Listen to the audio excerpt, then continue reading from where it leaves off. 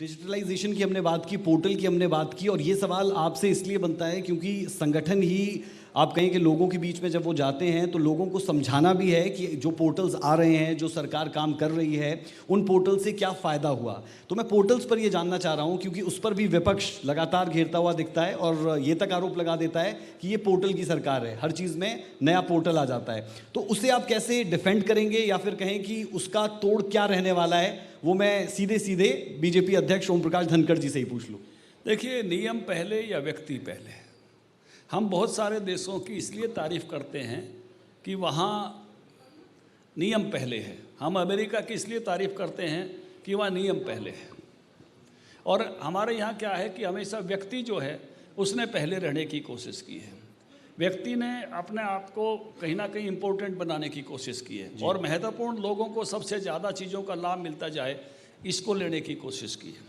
लेकिन जब नियम ऊपर आ जाता है तो अमेरिका का जब पासपोर्ट, ये क्या कहते हैं, वीज़ा मांगने लगते हो, तभी ध्यान में आ जाता है कि वहाँ ये बात चलेगी नहीं। तो पोर्टल इम्पोर्टेंट हो गया ना। इसलिए हमने भी नियम बनाए हैं, उस पोर्टल में हर व्यक्ति बराबर है। तो एक तो पहला मतलब ये है कि व्यक्ति को देखकर फैसला नहीं हो रहा, फैसला उसकी जो बाकी अहिर्ताएँ हैं, योग्यताएं हैं, एलिजिबिलिटीज़ हैं, उसके आधार पर फैसला हो रहा है। नंबर 2, आपके पास जानकारियां कितनी हैं, क्योंकि सरकारों को तथ्यों के आधार पर, सत्यों के आधार पर चलाना वो ज़्यादा अच्छा है बजाय परसेप्शन और नैरेटिव के। जी। तो जब आपको आंकड़ा मिलता है कि कितना नुकसान हुआ है, कितनी मात्रा में हुआ है, तो उसके आधार पर आपको डिसीजन मेकिंग आसान होती है और सही आंकड़ों के आधार पर चीज़ों को सही लोगों तक पहुंचाना आसान होता है। तो ये जो क्रांति हुई है इंटरनेट के कारण से, डाटा के कारण से, आज डाटा को डायमंड कहा जाता है। जी। और इस डाटा के कारण से जो क्रांति आ रही है पूरे देश में, उसका लाभ अंतिम व्यक्ति तक चीज़ें पहुंचाने में मिल रहा है।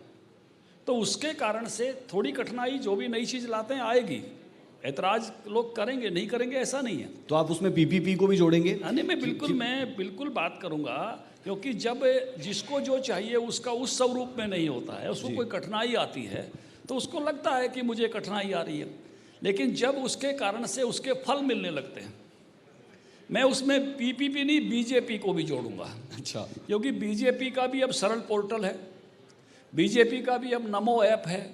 कल हमने झंडे फहराए हैं, इतना काफ़ी नहीं है, हमने नमो ऐप पर चढ़ाया है कि हमने कहाँ झंडा फहराया है। तो इसलिए कल हम गिनेंगे कि 19,800 बूथों में से कितने बूथों पर फहरा है, कितने जगह पर प्रधानमंत्री जी की बात सुनी गई है। अगर मैं वैसे आंकड़ा लूँगा तो आंकड़ा बहुत सारा जिला अध्यक्ष, मंडल अध्यक्ष अंदाजे से दे देगा, लेकिन जब नमो ऐप पर डाटा आएगा तो अंदाज नहीं चलेगा। और जब इसी तरह से अब जिस संगठन की आप बात कर रहे थे, जी। अब पन्ना प्रमुख भी हमारे सरल पोर्टल पर है। अब ऐसे नहीं चलेगा कि बता दिया हो गए हैं पन्ना प्रमुख, अब वो भी पोर्टल पर है। तो सरकार ही नहीं, संगठन भी पोर्टल से चल रहा है। संगठन भी पोर्टल पर है। डाटा सही होने से चीज़ें ठीक तरह से घटित होती हैं, चीज़ें योग्य लोगों तक पहुंचती हैं। ये मैं मानता हूं कि जब इस तरह के चेंजेज आते हैं तब कठिनाइयां आती हैं। जब कंप्यूटर आया था तब भी शुरू में इस तरह की कठिनाई आई थी, कर्मचारी छूट जाएंगे। बिल्कुल। जब और टेक्नोलॉजिकल नए चेंजेज आए थे, नई कंपनियां फ़ोन की आई थी, तो बीएसएनएल में कैसा वातावरण था वो मुझे याद है।